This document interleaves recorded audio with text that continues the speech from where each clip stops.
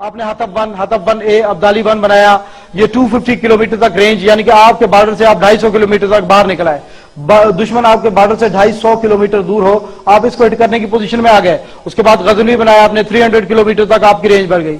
उसके बाद आप आगे बढ़े, आपने शाहीन वन और गौरी बनाया और 1800 किलोमीटर सेंट्रल एशिया तक आपकी अप्रोच हो गई। और ये वो इलाका है जहां पर अमेरिकन और ब्रिटिश जो फ्लीट्स खड़े हुए, बहरी बेड़े खड़े हुए, वो इस इलाके में खड़े। ये इलाका आपकी रेंज के अंदर आ गया। और ये याद रखें कि जहाज के ऊपर मिसाइल लगता है तो जहाज की आग नहीं बुझाई जाती, बल्कि डूबते हुए को बाहर निकाला जाता है। उसके नीचे कोई सुतून नहीं होता, सुराख हो गया, नीचे गया। जो अलकायदा वालों ने एक किश्ती मारी थी यूएस डिस्ट्रॉयर पूल के अंदर, क्या हुआ था यमन के साहिल पर, वो जहाज पानी के अंदर डूब गया था, नीचे की तरफ गया था। और ये समुद्र के अंदर खड़े हुए बहुत कमजोर हालत के अंदर है। अल्लाह ने आपको मजीद तौफीक दी, आप आगे बढ़े। आपने शाहीन 2 और गौरी 3 बनाया, 3500 किलोमीटर आपकी रेंज, जॉर्जिया तक आपके मिसाइलों की रेंज हो गई। अल्लाह ताला ने आपके ऊपर एहसान किया। उसके बाद आप आगे बढ़े और आगे बढ़कर आपने शाहीन 3 बनाया, 4500 किलोमीटर रेंज, आप यूरोप तक पहुंच चुके थे। यूरोप के बहुत से मुल्क आपकी रेंज के अंदर आ गए। रशिया 40% आपकी रेंज के अंदर था, मंगोलिया, चाइना और ये अफ्रीका के बहुत से ममालिक आपकी रेंज के अंदर आए। अल्लाह ने आपको मजीद तौफीक दी, आप आगे बढ़े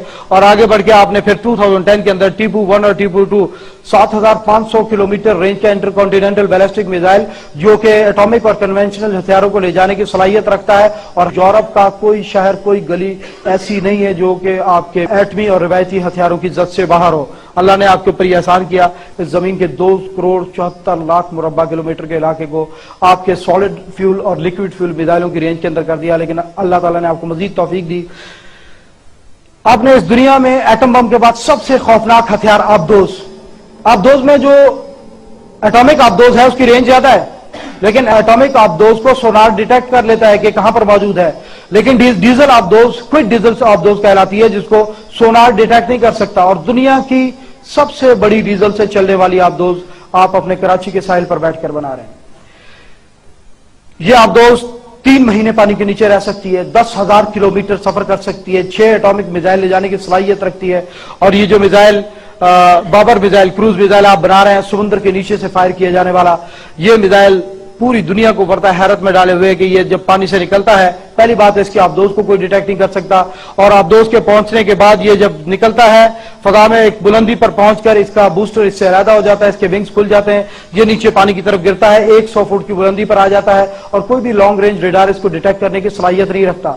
और ये ग्लोबल पोजिशनिंग सिस्टम के तहत चलता हुआ ये आगे बढ़ता है और आगे बढ़कर अपने टारगेट को ट्रैक करता है। अपने टारगेट की तस्वीर इसे दी गई होती है और उस टारगेट के ऊपर हिट करता है। पहाड़ आते हैं, ऊपर उठ जाता है, पहाड़ खत्म होते हैं, नीचे उतर आता है। अगर टारगेट पहाड़ के दूसरी तरफ है तो घूम कर आकर अपने टारगेट के ऊपर गिरने की सलाहियत रखता है। और ये अल्लाह का एहसान है आपके ऊपर। और मैं आपको बता दूं कि जो जदीद दौर की जंगें हैं उसमें आबदोज इंतहाई खतरनाक पोजीशन की हामिल चीज है। जो एटमी जंगों का डिटर्नेंट है आबदोज। अगर कोई मुल्क सोच ले कि मैं किसी मुल्क को मुकम्मल तौर पर बर्बाद कर दूंगा, मैं पहले एटमी हमला करके उसे खत्म कर दूंगा, लेकिन उसके इल्म में यह हो कि दुश्मन की एक आबदोज जिसके अंदर 6 एटमी मिसाइल हैं हमारे साहिलों के नीचे कहीं बैठी हुई है, वो कभी भी नहीं उसको खत्म कर सकता। उसे पता है ये पानियों में से निकल के हम पर अटैक करके हमें भी तबाह बर्बाद करने की सलाहियत रखती। अल्लाह ताला ने आपके ऊपर यह एहसान किया, ये ब्लेसिंग है, आपके ऊपर रहमत है अल्लाह की कि अल्लाह ताला ने ये सारे वसाइल आपको अता किए।